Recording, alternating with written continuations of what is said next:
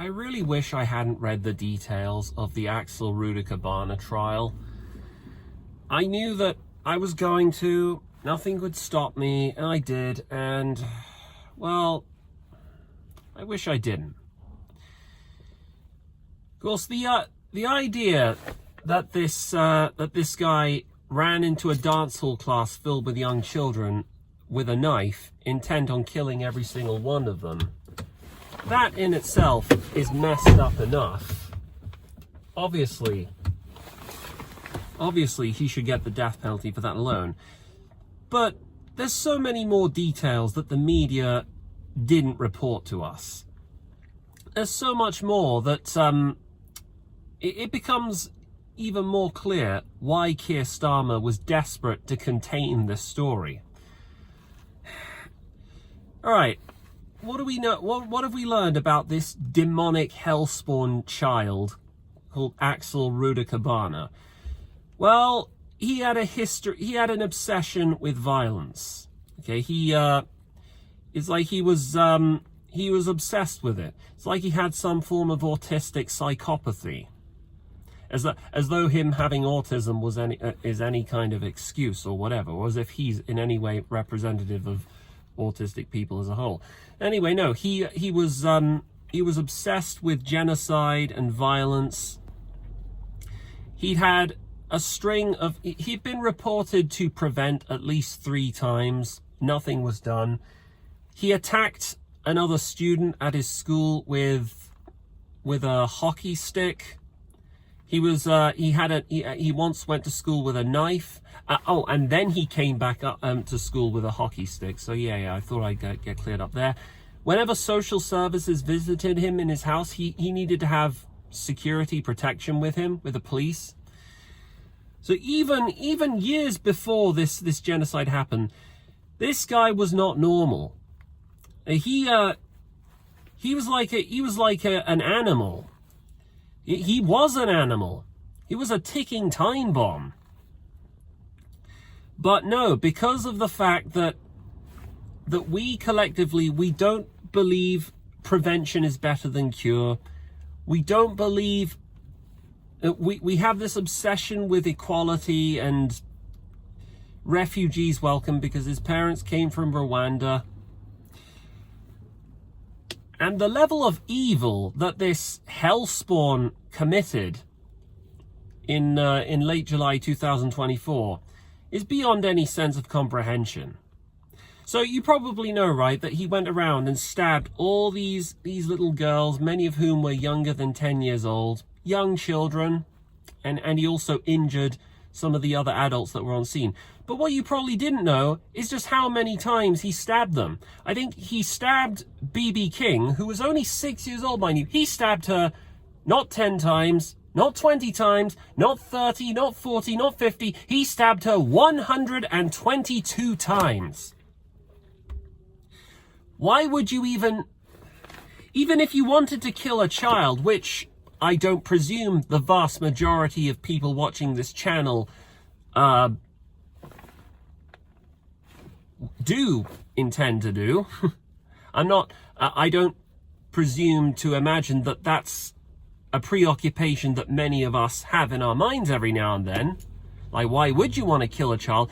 But the fact that he held her down and physically restrained her and stabbed her 122 times, that is a level of moral evil and sickness that is beyond any comprehension. There's just no other word in the English vocabulary to describe it. Evil. So he was in a psychopathic state of bloodlust, and he wanted to inflict as much harm as possible. Like in the moment when he committed the killings, any sense of, I don't know, contextual factors leading to it all vanished, and in an instant he became something other than human. But the thing with evil is that evil is not meant to be understood. It's not meant to be reasoned with. It's meant to be stopped. It's meant to be vanquished, conquered. This is just one of many reasons why we used to have the death penalty. Because some criminals, not all criminals, in my opinion, most criminals are incapable of reform. Do we really have any realistic idea that even though this guy's been locked up for 52 years, which is better than nothing, I guess, he might technically be eligible for parole in his 60s, but do we really think that he'll have learned his lesson back then, when he gets out? You know, assuming he doesn't get shanked when he's in prison, which would be the best outcome possible, I think. Do we really think that he's going to change his ways? Do you not think that he's going to secretly be smirking to himself, wishing that he killed more of them? I mean, he is recorded to have said during his trial that he smiled when he heard how young his youngest victim was, and he wished he killed more of them.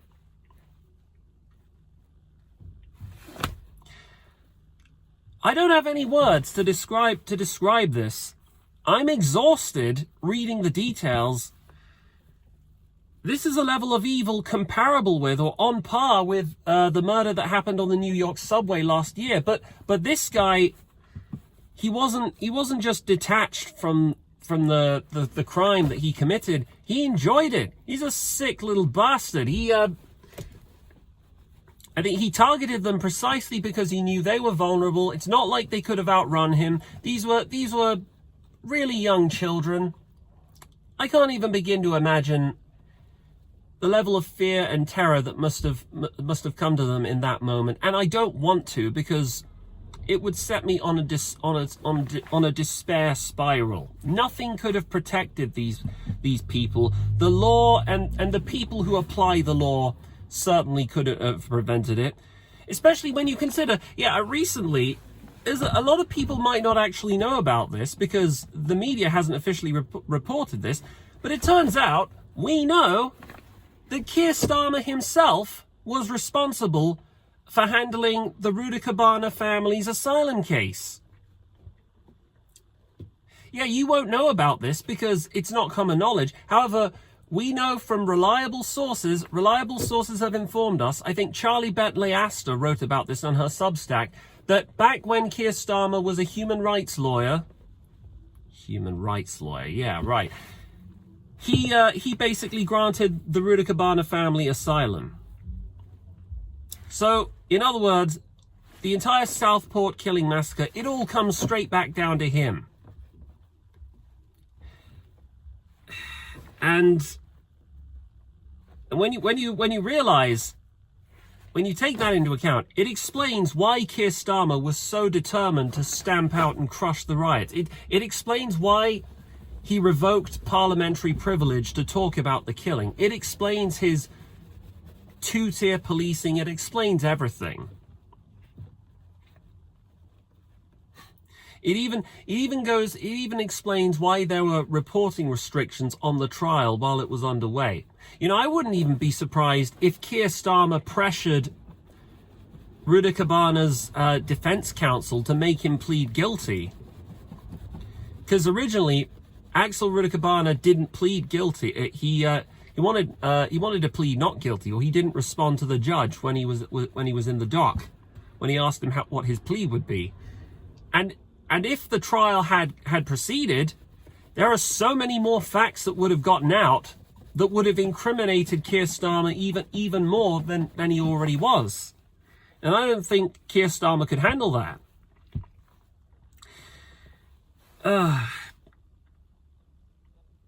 The problem I and many others like me have is I am highly emotionally reactive to these kinds of stories. I can't turn my head away from the fact that there is this rampant injustice going on, and there's no kind of corrective or remedial measure in place to stop it from happening again. Because the people running this country are madmen.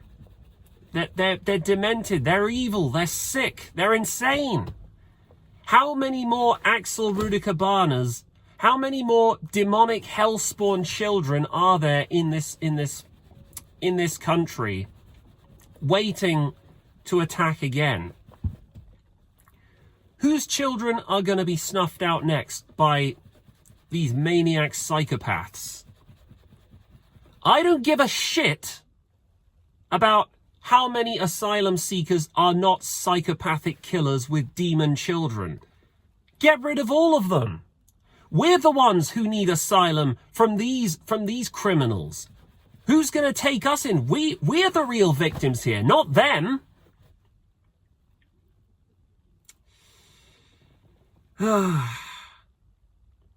going back to what I said in one of my earlier videos about the death penalty, we just don't have the stomach to execute criminals. We think we're being really morally virtuous and righteous by locking these people up and keeping them alive for God knows however many years. The fact that Rudy Cabana will probably never step out of prison for the rest of his life, like that's supposed to comfort us. Some people might take sadistic pleasure in the fact that there's probably a whole bunch of people in prison who are going to want to kill him. But is that really something? Is that really a comfort to any of us? Are we really leaving the fate of these maniac criminal psychopaths to other maniac criminal psychopaths? Is that how we do justice? Is that what justice means?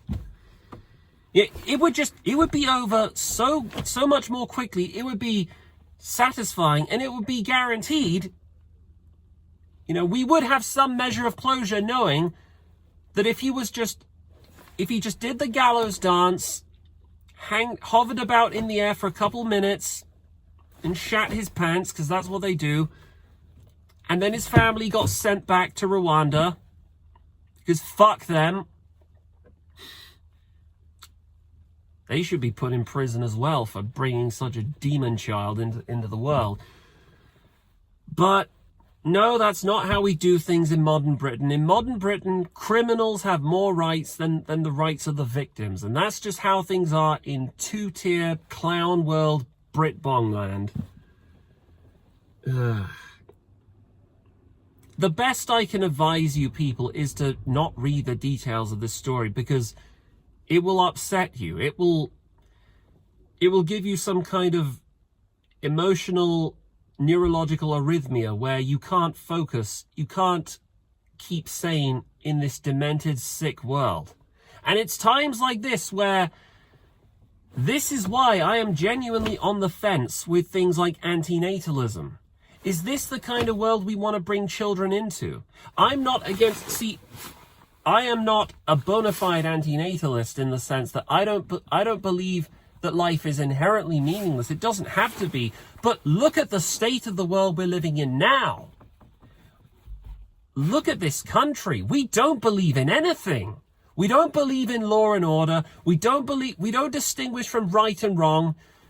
We believe everyone deserves human rights except for the victims of crime.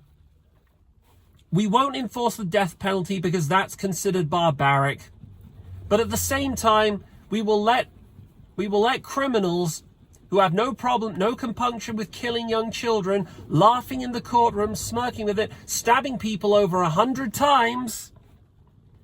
We have no problem, keeping them in taxpayer-funded accommodation, probably with a nice little TV and a toilet and 3 square meals a day, when there are people on the streets who are starving to death and they don't even get that. Is this really the environment you want to bring a child into? If the state of this country doesn't get any better 10 or 20 years from now, and I'm still childless, well then I figure that's just as well, because I don't want to bring children into a world where there's no semblance of any order or meaning or anything like that. See, maybe this might have something to do with the fact that I have Asperger's. This might have something to do with the fact that I am on the spectrum. But I strongly desire to live in a world that makes sense. In a world where there is order. A world where things are not chaotic and meaningless. But each time I read stories like this, I'm always reminded of the fact that that is not the world that we live in. Nobody believes in anything. The law is meaningless.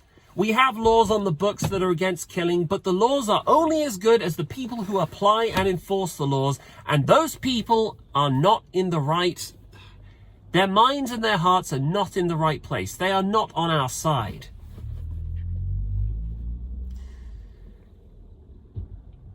It might get better at some point in the vague, near-distant future. but it might not.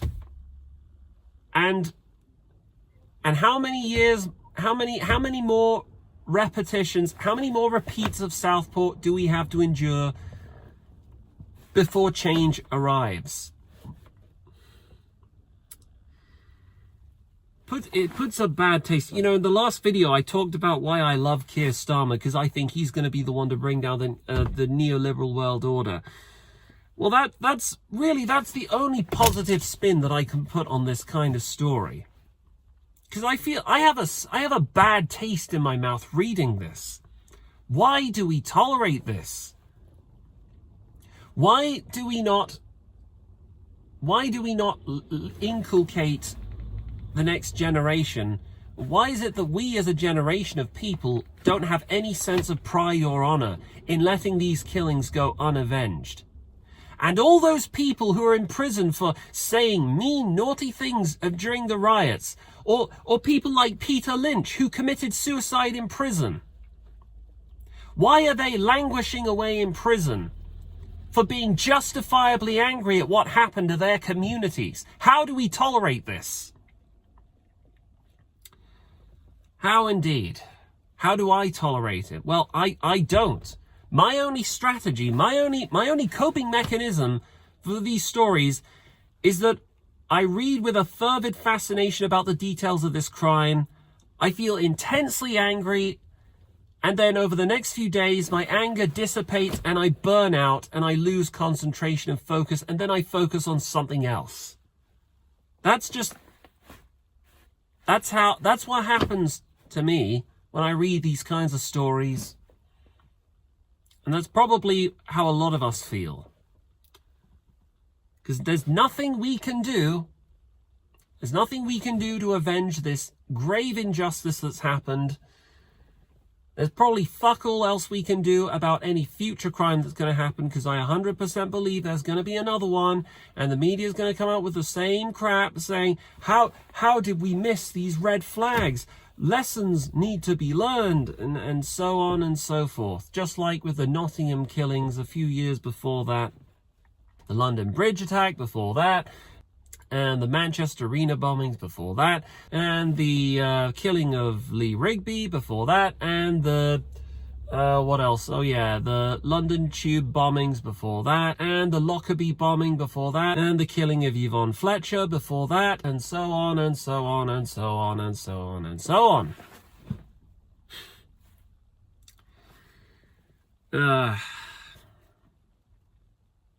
Anyway, I have nothing else to add.